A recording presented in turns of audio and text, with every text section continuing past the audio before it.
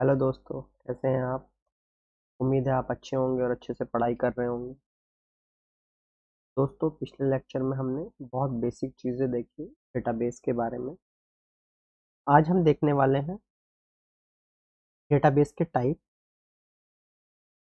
जो जो अलग अलग वैरायटीज़ हैं, किस तरह से होते हैं, उनकी नेमिंग यहाँ पर लिखी हुई है। जैसे तो हम इन सब के बारे में थोड़ा थोड़ा देखेंगे ताकि हमें एक ओवरव्यू, थोड़ा बहुत आइडिया हो कि कौन डेटाबेस क्या है। ठीक है, जो हमारे लिए इम्पोर्टेंट भी है। कई बार क्वेश्चंस इन्हीं चीज़ों पर भी पूछा जा सकता है। तो शुरू करते हैं। पहला डेटाबेस है centralised database. It is a type of database that stores data at a centralized database system.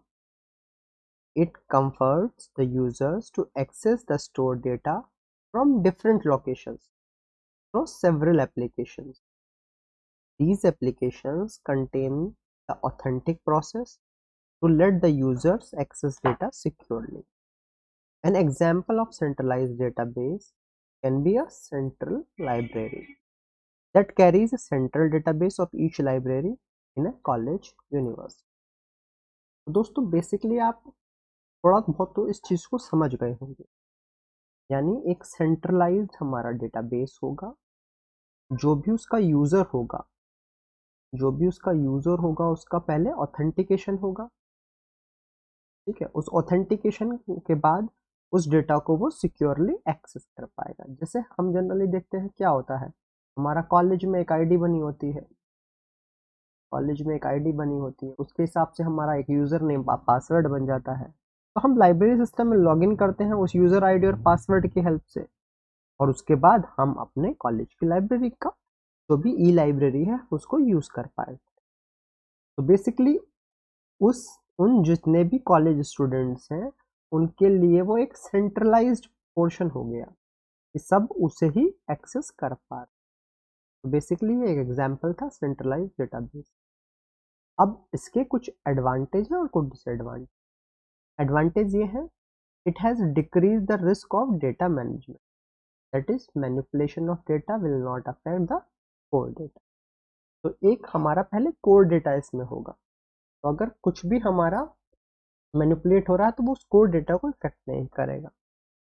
Data consistency is maintain as it manage data in a central repository. It provides better data quality, which enables organization to establish data standards. Less costly because fewer vendors are required to handle the data. अब इसके कुछ disadvantage हैं। Size of the centralized database is large, which increase the response time for fetching the data. तो जैसे कई बार होता है हम कोई डेटा सर्च कर रहे हैं वेबसाइट पर और वो डेटा को हमें मिलने में काफ़ी टाइम ले रहा है, it is taking time. Some time कुछ गोल गोल घूमता रहता है या कोई कुछ अलग कार्टून टाइप भी बना देता है वेटिंग के लिए। तो बेसिकली वो वेटिंग का मतलब है वो रिस्पॉन्स टाइम, यानी वो फैच कर रहा है, डेटाबेस में चीज़ें ढूंढ रहा है। अब एक अगला डिसएडवांटेज ये है, it is not easy to update such extensive database. उसको अपडेट करना बड़ा मुश्किल हो जाता है। If any server failure occur, entire data will be lost, which could be a huge loss. That is also a problem. अगर server का ही failure हो गया। क्लियर है? तो अगले डेटाबेस की तरफ बढ़ते हैं जो है डिस्ट्रीब्यूटेड डेटाबेस। अब unlike a centralised database system, in distributed system data is distributed among different database system of an organization. These database systems are connected via communication link. Such link helps the end user to access the data easily. जिसका example है अपैचे, एचबेस, ignite, इस तरह के कुछ example. ठीक है, ये example है डिस्ट्रीब्यूटेड डेटा। तो बेसिकली कहना ये चाह रहे हैं हम यहाँ पर कि जो भी डिस्ट्रीब्यूटेड डेटाबेस होगा उसमें जो डेटाबेस है वो डिस्ट्रीब्यूटेड होगा। ठीक है, डिफरेंट डिफरेंट डेटाबेस उस तरह से ऑर्गेनाइजेशन के बन जाएंगे। अब इसमें भी दो पार्ट हैं, तो फिर से दो पार्ट में डिवाइड किया गया, homogeneous distributed database, heterogeneous distributed database. ठीक है, those database system which execute on the same operating system and use the same application process and carry the same hardware device, तो उसको बोलते हैं homogeneous, यानी एक ही जैसा हो गया है, सेम ही ऑपरेटिंग सिस्टम हो गया है, सेम ही एप्लीकेशन प्रोसेस और सेम ही हार्डवेयर। लेकिन हेटेरोजीनियस में थोड़ा सा अलग है, इसमें क्या है, ये डिफरेंट ऑपरेटिंग सिस्टम पर होता है, डिफरेंट एप्लीकेशन प्रोड्यूसर और डिफरेंट हार्डवेयर हो सकता है। तो अगर इस तरह का कॉम्बिनेशन है तो इसको हेटेरोजीनियस। क्लियर है दोस्तों? अब एडवांटेज क्या है डिस्ट्रीब्यूटेड डेटाबेस के? Modular development is possible in distributed database, that is the system can be expanded by including new computer and connecting them to the distributed system. One server failure will not affect the entire data. ठीक है, जैसे बड़ी बड़ी organisation है तो वो क्या करते हैं, अपने अपने डिफरेंट डिफरेंट लोकेशंस पर, लेट्स एक चंडीगढ़ में बना दिया है, ठीक है, और एक लेट्स चेन्नई में बना दिया है, ओके, और एक आपका लखनऊ में बना दिया है, सैंपल के ले रहे हैं। तो लेट्स सी चंडीगढ़ अगर डाउन है तो चेन्नई और लखनऊ से आपका रूट डाइवर्ट कर दिया गया, तो आपको तब भी कनेक्टिविटी प्रॉपर मिल रही है। आपका चेन्नई डाउन है तो बाकी दोनों से मिल रहा है। इस तरह से डिफरेंट डिफरेंट लोकेशंस पर आप अपने सर्वर बना लेते हैं। तो एक सर्वर फेलियर होने से आप दूसरे पे उसको उसका डेटा रूट कर सकते हैं। ठीक है, तीसरा है आपका रिलेशनल डेटाबेस।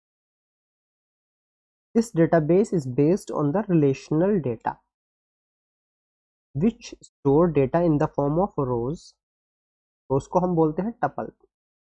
ओके, बेसिकली ये होता है आपका रोज, सॉरी प्रॉब्लम, ओके, राइट, रोज, रोज को हम बोलते हैं टपल, और दूसरा होता है कॉलम्स, तो हम यहाँ बोलते हैं एट्रीब्यूट्स, एट्रीब्यूट। और ये एक फॉर्म करते हैं टेबल, तो ये क्या बनाते हैं, एक बनाते हैं टेबल। टेबल को हम कह सकते हैं एक तरह का रिलेशन बनाते हैं। ठीक है, तो relational database use SQL for storing, manipulating as well as maintaining the data. ये हमने बात की थी, अगर आपको याद हो पिछले लेक्चर में, ई एफ फोर्ड, इन्होंने इसको इन्वेंट किया था। कब किया था इन्वेंट? इन 1970। अगर आपने पिछला लेक्चर देखा होगा तो आप थोड़ा सा वहां से रिकॉल कर पाएंगे। Each table in database carries a key that makes the data unique from others. तो यहाँ पर हम क्या बात करेंगे, हम की भी बात करेंगे। अभी धीरे धीरे आप इन चीज़ों को रिलेट भी करने लगेंगे, जैसे हम आगे बढ़ेंगे तो आप इन चीज़ों को वहाँ पर रिलेट भी करने लगोगे। ठीक है दोस्तों, तो होप आपको यहाँ तक समझ आया होगा। अब इसका एग्जाम्पल क्या है? एग्जाम्पल है रिलेशन डेटाबेस का my SQL, Microsoft SQL server, Oracle. ठीक है, अब इसकी कुछ प्रॉपर्टीज हैं। ठीक है, जैसा हमने कहा था एसिड प्रॉपर्टीज, एसिड प्रॉपर्टीज की हमने पिछली बार फुल फॉर्म भी देखे थे, एक्रोनिम देखा था। ठीक है, अब बेसिकली यही है एसिड की फुल फॉर्म, है ना। A means atomicity, C means consistency, I means isolation and D means durability. Atomicity का मतलब है this ensure the data operation will complete either with success or with a clear है। या तो इसका प्रिंसिपल हो गया या तो either all or nothing। ठीक है, या तो ट्रांजिशन कंप्लीट होगा या फेल होगा। क्लियर है, तो इसको बोलते हैं एटोमिसिटी। अगला है कंसिस्टेंसी। दोस्तों ये वर्ड आप याद कीजिएगा, ऑल और नथिंग हो गया, success or with failure, committed or abort. These kind of words you need to remember. Okay. आगे देखते हैं। P means consistency. It if we perform any operation over the data, its value before and after the operation should be preserved. For example, the account balance before and after the transaction should be correct and it should be remain constant. तो example से ये बात clear हो गई है, ठीक है। जैसे अकाउंट बैलेंस में हमने कोई ट्रांजेक्शन किया तो उसके बाद कितना बैलेंस है, पहले कितना बैलेंस था और कितना अमाउंट डिडक्ट या क्रेडिट हुआ वो आपका मेंशन होता है। अब आइसोलेशन की बात करें, there can be a concurrent users for accessing data at the same time from the database. Thus, isolation between the data should remain isolated. For example, when multiple transactions occur at the same time, one transaction effect should not be visible to other transactions in the database. Correct? तो ये basically जो हर users के लिए एक अलग isolation हो गया, आप कि वो अपने फील्ड्स देख पा रहे हैं, आप अपने फील्ड्स देख पा रहे हैं। ऐसा नहीं कि आप दोनों एक दूसरे के फील्ड देख पा रहे हैं और आप कंफ्यूज हो रहे हैं। तो बेसिकली का मतलब durability, it insures that once it completes the operation and commits the data changes should remain firm. Okay, ये इसका ड्यूरेबिलिटी का। तो उम्मीद है आपको ये समझ आया होगा। ये समझना इंपॉर्टेंट इसलिए भी है क्योंकि आगे हम यही चीज़ें सब यूज़ करने वाले, तो ये आपको अच्छे से समझ आया होगा, ये मैं मानकर चल रहा हूँ। ठीक है, अब अगले तरह का डेटाबेस हम देखते हैं। वैसे ये हम इनका एक छोटा ओवरव्यू हम पिछले लेक्चर में भी देख चुके हैं, बट सभी का नहीं, कुछ ही का हमने वहाँ पर देखा था। अब नो एसक्यूएल या नॉन एसक्यूएल कह सकते हैं या नॉट ओनली एसक्यूएल कह सकते हैं, ठीक है। It is a type of database that is used for storing a wide range of data set. It is not a relational database as it stores data only in tabular form, but in several different ways. It came into existence when the demand for a building modern application increased. Thus, NoSQL presented a wide variety of database technologies in response to the demands. We can further divide NoSQL database into a 4 categories. 4 categories कौन कौन सी है? Key value storage, document oriented database, graph database, white column storage. ठीक है, तो basically की value storage क्या है? It is the simplest type of database stores where it stores only a single item as a key holding it's value together. ठीक है, document oriented क्या है? A type of database used to store a data as a JSON like document. It helps developers in storing data by using the same document model format as used in the application code. Basically एक application जो है वो document based है, यानी एक particular type of document हम उसमें use करते हैं। ठीक है, अगर ग्राफ डेटाबेस की बात करें तो it is used for storing vast amount of data in a graph like. तो बेसिकली ग्राफ लाइक स्ट्रक्चर इसमें है। एग्जाम्पल आपका हो गया है social networking website use the graph database. ठीक है, wide column stores, it is similar to the data represented in a relational database. Here data is stored in large columns together instead of storing in rows. So basically column based data structure है ये, sorry, column based database and not data structure. Okay, अब advantage क्या है NoSQL database को? It enables good productivity in the application development. It is not required to store data in a structural format. Better option for managing and handling large data sets. High scalability. Quick access data from database through a key value. Okay, पिछली बार भी हमने जैसे देखा था, अगला है cloud वाला, cloud database. ठीक है दोस्तों, तो it is a type of database where data is store in a virtual environment, executes over the cloud computing.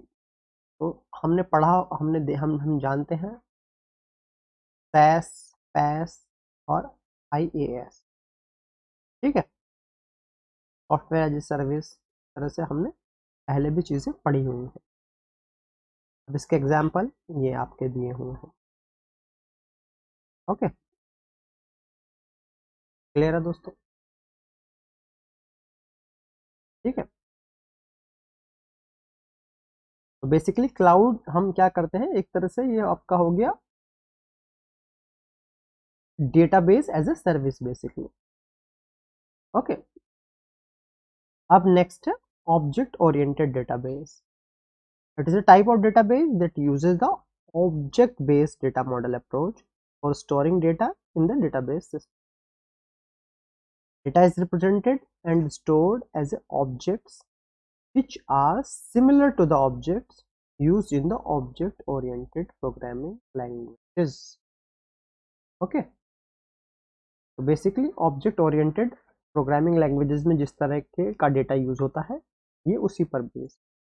Next है हायरार्किकल डेटाबेस. तो बेसिकली इसमें हायरार्की एक बन जाती है, जैसा कि यहाँ पर दिखाया गया, एक रूट हो गया, यानी एक जो जो पेरेंट हो गया, वहां से तरह से डिवीजन होता चला जाता है.